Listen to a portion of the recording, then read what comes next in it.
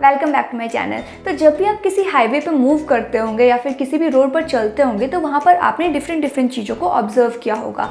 अब वो सारी चीज़ें क्या होती हैं, उनके पर्पस क्या क्या होते हैं, वो सब हम आज की वीडियो में डिस्कस करेंगे। इसके साथ ही जब हम लोग किसी भी रोड की डिज़ाइनिंग करते हैं तो हमें बहुत सारी चीज़ों का ध्यान रखना पड़ता है। तो बहुत सारे पॉइंट्स है जो कि कोड हमें रेकमेंड करता है फॉलो करने को during the designing of highways.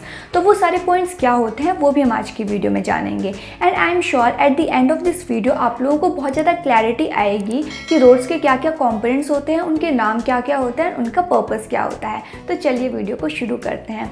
तो रोड्स के कंपोनेंट में सबसे पहले हम लोग बात करेंगे एक बहुत ही कॉमन टर्म की जो कि आप लोगों ने सुनी भी होगी एंड डेफिनेटली देखी भी होगी, जिसे हम लोग बोलते हैं कैरेज वे, यानी कि रोड का वो पोर्शन जो कि एक्चुअल में व्हीकल के लोड को कैरी कर रहा होता है। इसे मैं आपको एक नॉर्मल एग्जाम्पल के रूप में समझाती हूँ। तो जब भी आप लोगों ने कोई बिटुमेन रोड देखी होगी, बिटुमेन रोड यानी कि जो बिटुमेन से बनी हुई होगी जिसका टॉप सरफेस ब्लैक होता है, तो आप लोगों ने देखा होगा जो वो ब्लैक पोर्शन होता है उसके ऊपर ही व्हीकल चल रहे होते हैं, उसके ऊपर ही सारा ट्रैफिक मूव कर रहा होता है। तो वही रोड का पोर्शन जो है कैरेज वे होता है। ये तो हमने बिटुमेन रोड के केस में जाना। उसके बाद अगर हम लोग सीमेंट कंक्रीट रोड की बात करें तो वहाँ पर भी जिस पोर्शन में आपको ट्रैफिक मूव करता हुआ नजर आता है उसे ही हम लोग कैरेज वे बोलते हैं। तो आई होप आप लोगों को कैरेज वे क्या होता है वो अच्छे से समझ आया होगा। कैरेज वे रोड का वो पोर्शन होता है जिसके ऊपर एक्चुअल में ट्रैफिक मूव करता है, जिसके ऊपर व्हीकल मूव करते हैं। तो कैरेज वे के बारे में तो हम लोगों ने जान लिया। इसके बाद हम लोग रोड के एक और कंपोनेंट के बारे में डिस्कस करते हैं जिसे कि हम लोग बोलते हैं लेन। अब लेन क्या होता है? तो कैरेज वे के ऊपर आप लोगों ने ऐसी वाइट स्ट्राइप्स देखी होंगी। इन वाइट स्ट्राइप्स के बीच में आप लोगों को कैरेज वे का एक पोर्शन नजर आता होगा, तो इसे ही हम लोग लेन बोलते हैं। जैसे कि आप इस इमेज में देख सकते हैं, इन दो वाइट स्ट्राइप्स के बीच का जो पोर्शन है इसे हम लोग लेन बोलेंगे एंड इधर भी इन दो वाइट स्ट्राइप्स के बीच का जो पोर्शन है इसे हम लोग लेन बोलेंगे। सो नाउ अगर हम इस लेन की विड्थ यानी कि चौड़ाई की बात करें तो इसको किस बेस पर डिसाइड किया जाता है, ये बहुत इंपॉर्टेंट पार्ट है। तो अगर हम बात करें तो जो लेन होती है उसकी विड्थ कितनी होनी चाहिए वो डिपेंड करता है कि व्हीकल की विड्थ कितनी है। अगर हम बात करें तो इंडिया में जो व्हीकल्स होते हैं उनकी मैक्सिमम विड्थ 2.44 मीटर्स होती है। इसे हम लोग राउंड ऑफ करके 2.5 मीटर्स भी कर देते हैं, यानी कि हमारी कंट्री में इससे ज़्यादा विड्थ के व्हीकल नहीं बनते हैं। तो हम लेन की विड्थ को इस तरीके से ही डिसाइड करते हैं कि जिस भी विड्थ का व्हीकल उसके ऊपर चले उसके मूवमेंट में कोई दिक्कत ना आए। तो अब ऐसा नहीं है कि व्हीकल हमारी कंट्री में 2.5 मीटर्स के चलते हैं तो हम लोग लेन की विड्थ भी एक्जैक्टली 2.5 मीटर्स कर देंगे। ऐसा बिल्कुल भी नहीं है। आप लोगों को लेन की विड्थ को थोड़ा बढ़ा के रखना होता है ताकि जो व्हीकल है वो कंफर्टेबली मूव कर पाए। रीज़न वही है लेन की विड्थ को व्हीकल की विड्थ से ज़्यादा बनाने का, ताकि जो व्हीकल्स हैं वो अच्छे से कंफर्टेबली मूव कर पाए। सो यहाँ से हमने कंक्लूड किया कि width of lane depends on the width of vehicle. So आप लोगों को एक कैरेज वे पे नंबर ऑफ लेन्स दिखाई देगी। देयर में भी पॉसिबिलिटी आपको किसी कैरेज वे पे 2 नंबर ऑफ लेन्स दिखाई दे, किसी पे 6 दिखाई दे, किसी पे 8 दिखाई दे, या फिर किसी कैरेज वे पे आपको एक ही लेन दिखाई दे। तो नंबर ऑफ लेन्स डिपेंड करता है कि उस एरिया में ट्रैफिक कितना है। अगर ट्रैफिक ज़्यादा है तो कैरेज वे की विड्थ भी ज़्यादा होगी, यानी कि नंबर ऑफ लेन्स भी ज़्यादा होगी। एंड ट्रैफिक कम है तो कैरेज वे की विड्थ भी कम होगी एंड नंबर ऑफ लेन्स भी कम होंगी। अब इसी से रिलेटेड हमारा कोड है IRC, इंडियन रोड कांग्रेस। इसके बारे में मैंने आपको अपनी प्रीवियस वीडियो में बताया है कि यही वो कोड है जो कि रोड की डिज़ाइनिंग के टाइम जितने भी स्पेसिफिकेशन होता है उन सबको बताता है। तो जो IRC है उसने रोड की कंडीशन के हिसाब से डिफरेंट लेन की विड्थ को रेकमेंड किया है जो कि हमें प्रोवाइड करानी चाहिए। सो IRC के अकॉर्डिंग जितनी भी डिफरेंट विड्थ हैं लेन की, उन सबकी एक टेबल मैं आप लोगों के सामने स्क्रीन पर शेयर कर दूंगी। जैसे कि आप यहाँ पर देख सकते हैं IRC ने जो सिंगल लेन रोड है उसकी विड्थ को 3.75 रेकमेंड किया है। वहीं पर अगर कहीं 2 लेन रोड है जिसमें कि कर्व भी प्रोवाइड कराया गया है। अब कर्व का मीनिंग क्या होता है वो आपको नहीं पता होगा, लेकिन घबराइए नहीं क्योंकि वीडियो में आगे में कर्व के बारे में आपको सब कुछ बता दूंगी। लेकिन अभी आप सिर्फ वैल्यू भी याद रखिए कि कहीं पर अगर 2 लेन रोड है और वहाँ पर कर्व प्रोवाइड कराया गया है तो IRC हमें रेकमेंड करता है कि हमें लेन की विड्थ को 7.5 मीटर्स रखना चाहिए। इसके साथ ही आप लोग यहाँ पर और भी बहुत सारी वैल्यूज़ को देख सकते हैं। तो जैसे कि मैंने आपको बताया कि कैरेज वे पे नंबर ऑफ लेन्स प्रोवाइड कराई जाती हैं। तो जो मल्टीपल लेन का केस होता है उसमें हमें IRC रेकमेंड करता है कि हमें एक लेन की विड्थ को 3.5 मीटर्स रखना है। अब आप इसे नंबर ऑफ लेन से मल्टीप्लाई कर सकते हैं। लेट अस सपोज कोई 4 लेन रोड है तो उसमें जो है पूरे कैरेज वे की विड्थ होगी नंबर ऑफ लेन्स इंटू 3.5 यानी कि 4 इंटू 3.5। एंड वहीं पे कोई 8 लेन रोड है तो 8 इंटू 3.5। तो आई होप आप लोगों को समझ आया होगा कि जहाँ पर मल्टीपल लेन है वहाँ पर IRC ने हमें रेकमेंड किया है कि हम लोग एक लेन की विड्थ को 3.5 मीटर्स रखेंगे। इसके बाद यहाँ से एक और इम्पॉर्टेंट क्वेश्चन बनता है एंड वो है इंटरमीडिएट लेन। अब इंटरमीडिएट लेन क्या होता है? तो इंटरमीडिएट लेन ऐसी जगह पर प्रोवाइड कराई जाती है, ऐसी कॉलोनीज़ में प्रोवाइड कराई जाती है जहाँ पर ट्रैफिक ना तो बहुत ज़्यादा होता है ना ही बहुत कम होता है। तो ऐसी जगहों पर प्रॉब्लम क्या होती है कि अगर हम लोग सिंगल लेन रोड प्रोवाइड कराते हैं तो वहाँ पर जाम लगने का खतरा होता है। एंड अगर डबल लेन रोड प्रोवाइड कराते हैं तो वहाँ पर जो है हमें एक्स्ट्रा कंस्ट्रक्शन करना पड़ता है जिसमें कि कॉस्ट फालतू लग जाती है, क्योंकि वहाँ पर हम लोग एक्स्ट्रा कंस्ट्रक्शन कर रहे हैं जिसकी रिक्वायरमेंट भी नहीं है। तो ऐसी जगह पर IRC हमें रेकमेंड करता है कि हमें ऐसी प्लेसेस पर ऐसी रोड प्रोवाइड करानी चाहिए जिसकी विड्थ सिंगल लेन से तो ज़्यादा हो लेकिन डबल लेन से कम हो। तो जो वैल्यू हमें IRC ने रेकमेंड की है वो है 5.5 मीटर्स, यानी कि जो इंटरमीडिएट लेन होती है उसकी विड्थ IRC ने हमें 5.5 मीटर्स रेकमेंड करी है। ये बहुत ही ज़्यादा इंपॉर्टेंट क्वेश्चन है, एग्जाम्स एंड इंटरव्यूज दोनों में बहुत बार पूछा जा चुका है, तो इसको अच्छे से याद रखिएगा। सो नेक्स्ट जिस रोड के कॉम्पोनेंट के बारे में हम बात करेंगे वो है कर्व। कर्व एक वर्ड है जो कि मैंने अभी जस्ट यूज़ किया था एंड आपको बोला था कि इसके बारे में डिटेल में आपको अभी बताऊंगी। सो अब कर्व के बारे में हम लोग डिस्कस करेंगे। तो कर्व जैसे कि आप इस इमेज में देख सकते हैं, आपको कुछ पत्थर दिखाई दे रहे हैं। इन पत्थरों को हम लोग बाउंड्री भी बोल सकते हैं, डिवाइडर्स एंड रोड्स के बीच में, या फिर हम इसे फुटपाथ एंड रोड के बीच में भी बाउंड्री बोल सकते हैं। तो यही कर्व होते हैं। अब कर्व प्रोवाइड क्यों कराए जाते हैं? तो कर्व बेसिकली रोड को सपोर्ट करने के लिए प्रोवाइड कराए जाते हैं जिससे कि रोड अपनी सेम स्टेबल पोजिशन पर बनी रहे, या फिर रोड्स को साइड से सपोर्ट मिले, इसलिए जो है कर्व को हम लोग प्रोवाइड कराते हैं। सो कर्व का फंक्शन होता है टू सपोर्ट द रोड जिससे कि रोड में डिफॉर्मेशन एक्सेट्रा कम हो। तो अब नेक्स्ट हम लोग बात करेंगे हाइट ऑफ कर्व की। तो रोड पर आपने डिफरेंट हाइट्स के कर्व देखे होंगे। कहीं पर आपने देखा होगा कि हम लोग बहुत ज़्यादा हाइट के कर्व प्रोवाइड कराते हैं एंड कहीं पर आपने देखा होगा कि हम लोग बहुत कम हाइट के कर्व प्रोवाइड कराते हैं। तो कर्व की हाइट के बेसिस पे हमने कर्व को डिफरेंट पार्ट्स में डिवाइड किया है। उसमें से सबसे पहले आता है लो कर्व या फिर माउंटेबल टाइप कर्व। अब इसके नाम से ही आप इसका मीनिंग निकाल सकते हैं, लो कर्व यानी कि ऐसे कर्व जिनकी हाइट बहुत कम होती है। सो लो कर्व की जो हाइट होती है वो 100 mm तक होती है। अब लो कर्व प्रोवाइड क्यों कराए जाते हैं? सो लो कर्व ऐसी जगह पर प्रोवाइड कराए जाते हैं जहाँ पर ट्रैफिक बहुत ज़्यादा होता है या फिर जाम बहुत ज़्यादा लगता है। सो लो कर्व को प्रोवाइड कराने का पर्पज़ ये होता है कि जाम के केस में हम लोग एक टाइप से अपॉर्चुनिटी देते हैं व्हीकल को कि वो लोग कर्व के ऊपर चढ़ के डिवाइडर्स के ऊपर मूव कर पाए या फिर फुटपाथ के ऊपर मूव कर पाए। आप लोगों ने जनरली देखा भी होगा कि जब जाम बहुत ज़्यादा लग जाते हैं तो फुटपाथ या फिर डिवाइडर्स पे जो है स्कूटीज या फिर बाइक्स चलने लगती है। लो कर्व प्रोवाइड कराने से ट्रैफिक जाम के केस में हमें ज़्यादा प्रॉब्लम फेस नहीं करनी पड़ती है। इसके बाद हम लोग बात करते हैं नेक्स्ट टाइप ऑफ कर्व की, जिसे कि हम लोग बोलते हैं बैरियर कर्व। अब बैरियर कर्व वहाँ पर प्रोवाइड कराए जाते हैं जहाँ पर पेडेस्ट्रियन ट्रैफिक बहुत ज़्यादा होता है। पेडेस्ट्रियन का मतलब पैदल चलने वाले लोग। अब पैदल चलने वाले लोग तो फुटपाथ पर ही चलेंगे। सो बैरियर कर्व हम लोग वहाँ पर प्रोवाइड कराते हैं जहाँ पर हमें व्हीकल को अपॉर्चुनिटी नहीं देनी है कि वो लोग फुटपाथ या फिर डिवाइडर्स पे मूव कर सके। सो जो बैरियर कर्व होती है उनकी हाइट काफ़ी ज़्यादा होती है एंड उनकी हाइट होती है 200 mm तक, क्योंकि अगर हम यहाँ पर व्हीकल को डिवाइडर्स या फिर फुटपाथ पर चलने की परमिशन दे देंगे, उन्हें उस पर चलने की अपॉर्चुनिटी दे देंगे, तो जो फुटपाथ पर चल रहे लोग हैं उनको काफ़ी प्रॉब्लम फेस करनी पड़ेगी। इसीलिए हम लोग बैरियर कर्व्स प्रोवाइड कराते हैं जहाँ पे पेडेस्ट्रियन ट्रैफिक यानी कि पैदल चलने वालों की संख्या ज़्यादा होती है। तो आई होप आपको बैरियर टाइप कर्व क्या होता है ये भी समझ आया होगा। इसके बाद नेक्स्ट हम लोग बात करते हैं थर्ड टाइप ऑफ कर्व की, जो कि होता है semi barrier type curve and इसकी हाइट होती है 150 mm। तो आप लोग देख सकते हैं इसकी हाइट लो कर्व से तो ज़्यादा है लेकिन बैरियर टाइप कर्व से कम है, यानी कि इस कर्व को हम लोग वहाँ पर प्रोवाइड कराते हैं जहाँ पर ट्रैफिक ना तो बहुत ज़्यादा होता है एंड ना ही बहुत कम होता है। तो आई होप आप लोगों को कर्व क्या होता है, डिफरेंट टाइप्स ऑफ कर्व क्या होता है, इनका पर्पस क्या होता है वो सब समझ आ गया होगा। तो रोड से काफ़ी कॉम्पोनेंट के बारे में हमने डिस्कस कर लिया, लाइक हमने कर्व के बारे में भी डिस्कस कर लिया, लेन के बारे में भी एंड कैरिज वे के बारे में भी। अब नेक्स्ट हम लोग कुछ और कंपोनेंट्स के बारे में डिस्कस करेंगे। इसमें सबसे पहले आता है शोल्डर। तो शोल्डर के बारे में वैसे तो मैं आप लोगों को बहुत कुछ बता चुकी हूँ, लेकिन फिर से एक समराइज वे में आप लोगों को शोल्डर के बारे में बताती हूँ। तो शोल्डर रोड का किनारे एक पोर्शन होता है जिससे कि हम लोग एमरजेंसी पर्पस में यूज़ करते हैं। लाइक कभी आपकी गाड़ी ख़राब हो जाए तो आप उसे बीच रास्ते में पार्क नहीं कर सकते हैं क्योंकि ट्रैफिक बहुत ज़्यादा लग जाएगा, इसीलिए आप लोग शोल्डर का यूज़ कर सकते हैं ऐसी सिचुएशन में अपनी व्हीकल को पार्क करने के लिए। नेक्स्ट कोई एम्बुलेंस होती है तो जाम में जब फंस जाती है तो एम्बुलेंस भी शोल्डर का यूज़ कर सकती है एमरजेंसी केसेस में।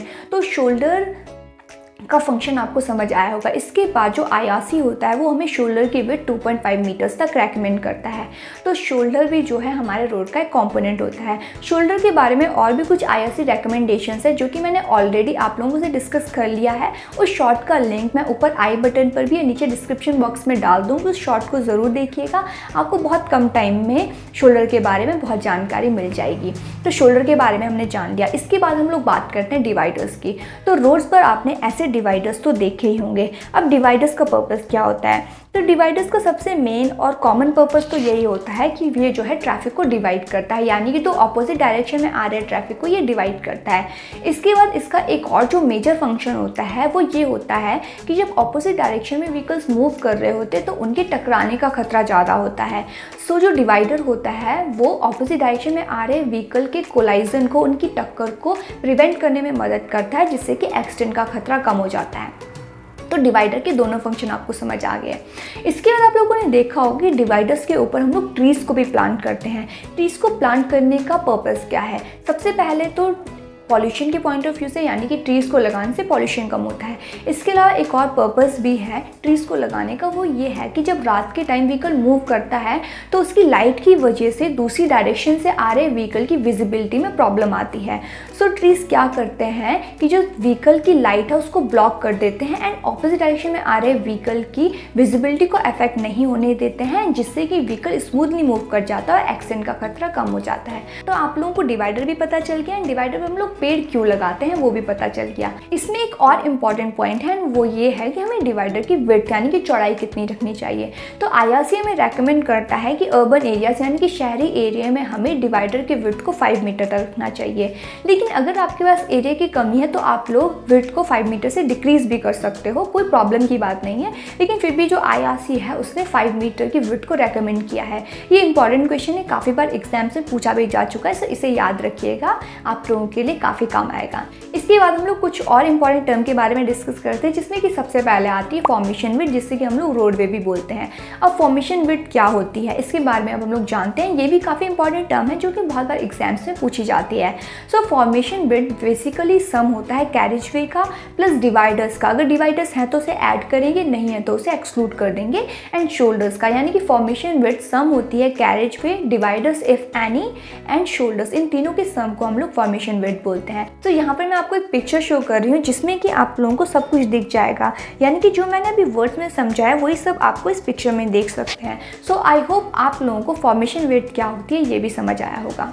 सो अगर आप लोगों को ये वीडियो अभी तक पसंद आ रही है तो वीडियो को लाइक ज़रूर करिएगा। अभी तक आपने जितनी वीडियो देखी है आप लोगों को लग रहा होगा ये काफ़ी इंपॉर्टेंट वीडियोज़ हैं, इसमें बहुत सारे कोडर प्रोविज़न हम लोग डिस्कस कर रहे हैं एंड साथ ही जो भी कॉम्पोनेंट्स होते हैं उनके पर्पस क्या क्या होते हैं वो भी हम लोग डिस्कस कर रहे हैं। लेकिन ये वीडियो अभी ख़त्म नहीं हुआ है, अभी इसमें और भी बहुत कुछ जानना बाकी है। बहुत ही इंटरेस्टिंग टर्म्स अभी आगे बची हुई हैं जो कि आप लोगों के लिए एग्जाम्स के लिए बहुत ज़्यादा इंपॉर्टेंट है, इसलिए वीडियो को एंड तक ज़रूर देखिएगा। हमारे चैनल को सब्सक्राइब भी करिएगा क्योंकि आप लोग जानते ही होंगे कि हमारे चैनल पर आप लोगों को बहुत सारे इंपॉर्टेंट स्टफ मिल जाएंगे, सिविल इंजीनियरिंग के टेक्निकल से रिलेटेड भी या नॉन टेक्निकल से रिलेटेड भी आपको इसमें काफ़ी कुछ मिल जाएगा जो कि इंपॉर्टेंट है एग्जाम इंटरव्यूज दोनों के लिए।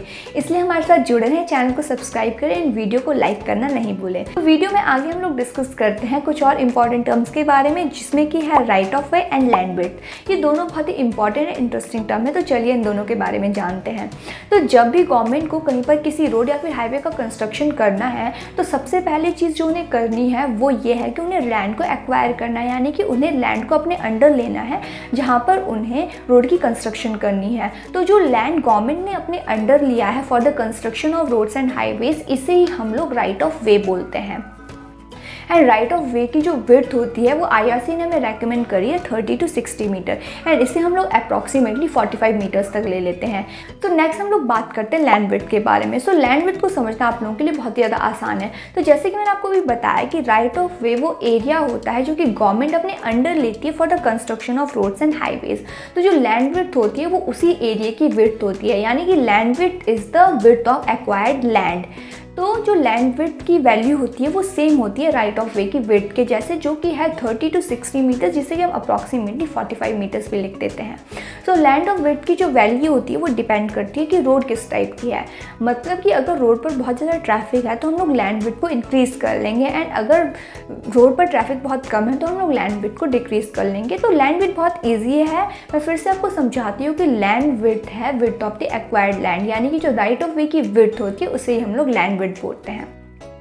तो हम लोगों ने लैंड विड्थ और राइट ऑफ वे के बारे में जान किया। सो जो हमारे डिवाइडर्स होते हैं, जो शोल्डर्स होते हैं, जो कैरेज वे हमारा होता है, यानी कि जो हमारा पूरी विड्थ ऑफ फॉर्मेशन होती है वो राइट ऑफ वे के अंदर ही आती है। इसके साथ ही आप लोगों ने देखा होगा कि रोड्स के दोनों साइड हम कुछ एक्स्ट्रा पोर्शन भी प्रोवाइड कराते हैं, जिसे कि हम लोग रोड मार्जिन बोलते हैं, एंड रोड मार्जिन भी राइट ऑफ वे के अंदर ही आता है। तो मार्जिन का मतलब ही होता है एक्स्ट्रा पोर्शन। तो इस रोड मार्जिन वाले पोर्शन में ही आपको बहुत सारी चीज़ें बनानी होती है।